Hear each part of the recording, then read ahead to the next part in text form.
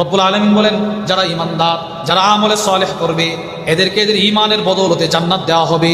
সুবহানাল্লাহ বলেন। এবার জান্নাতীরা জান্নাতে যাওয়ার সময় এদের মুখের একটা স্লোগান হবে। স্লোগান কি? সেই স্লোগান রব্বুল আলামিন বলেন, দাওয়াহুম ফিহা সুবহানাক সুবহানাক সুবহানাক সুবহানাকা সুবহানাকা সুবহানাকা। জান্নাতীরা যখন জান্নাতে প্রবেশ করবে তখন বলবে সুবহানাকা। বলেন সুবহানাল্লাহ। আল্লাহ এর মানে আল্লাহ তাআলা বলতে চাচ্ছেন, দুনিয়াতে আমারে কখনো দেখো নাই, আমি আল্লাহরে কখনো দেখো নাই। নামাজ পড়েছো না দেখে দেখে, রোজা রেখেছো না দেখে দেখে, হজ করেছো না দেখে দেখে, না দেখে আমি আল্লাহর পবিত্রতার বর্ণনা করছো। তুমি বলছিলা সুবহানাল্লাহ, আল্লাহ আপনাকে দেখি নাই কিন্তু আপনি পবিত্র। সুবহানাল্লাহ, আপনাকে দেখি নাই আপনি পবিত্র। এবার আজকে সুবহানাকা কেন বলবা? আজকে আমি আল্লাহরে সরাসরি দেখা বলো আপনি পবিত্র। দুনিয়াতে আপনি আল্লাহকে দেখেন নাই, বলছেন আল্লাহ পবিত্র, আর জান্নাতে গিয়ে সরাসরি আল্লাহরে দেখবেন আর বলবেন আল্লাহ আপনি পবিত্র। সরাসরি আল্লাহরে দেখে দেখে বলবেন আল্লাহ আপনি পবিত্র, আল্লাহ আপনি পবিত্র, আল্লাহ আপনি পবিত্র, আপনার জাত পবিত্র, আপনার সিফাত পবিত্র। সুবহানাল্লাহ। তাহলে বলেন জান্নাতে যাওয়ার সময় আমাদের স্লোগান কি হবে? বলেন স্লোগান কি হবে?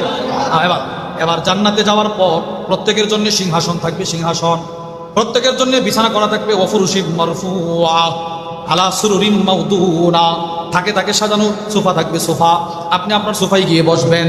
আল্লাহ তাআলা বলেন, জান্নাতে ঢোকার পর জান্নাতীদের স্লোগান হবে আলহামদুলিল্লাহ আলহামদুলিল্লাহ আলহামদুলিল্লাহ আলহামদুলিল্লাহ ওয়া আখিরু দাওয়াহুম আনিল হামদুলিল্লাহি রাব্বিল আলামিন। তাহলে জান্নাতে যাওয়ার সময় হবে সুবহানাল্লাহ, জান্নাতে যাওয়ার পর হবে আলহামদুলিল্লাহ। যাওয়ার সময়ও তাসবিহ, যাওয়ার পরেও তাসবিহ। আশ্চর্যের বিষয় হলো, জান্নাতে আপনি যতদিন থাকবেন ততদিন আপনার শ্বাস নেওয়ার দরকার হবে, আর জান্নাতের শ্বাস নিঃশ্বাস হবে আল্লাহর জিকির। বলেন জান্নাতের শ্বাস নিঃশ্বাস কি হবে? আল্লাহর জিকির।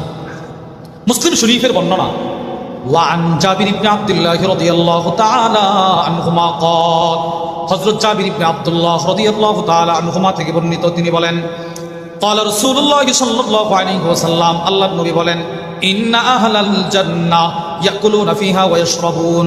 আল্লাহর নবী বলেন, জান্নাতীরা জান্নাতে খাবার খাবে। সুবহানাল্লাহ বলেন। জান্নাতীরা যখন জান্নাতে প্রবেশ করবে তার চতুর্পাশে কোটি কোটি কোটি কোটি ইয়াতুফু আলাইহিম বিলদানুম মুখাল্লাদুন, কোটি কোটি কিশোর যুবক তার চতুর্পাশে জান্নাতের খাবার নিয়ে ঘোরাফেরা করবে। প্রত্যেকটা খাদেমের হাতে যে ফল থাকবে, ফল, ওই ফলগুলো হবে পৃথিবীর সবগুলো পাহাড় এক জায়গায় করলে যত বড়, জান্নাতের সবচেয়ে ছোট ফলটা এর চাইতে বড় হবে।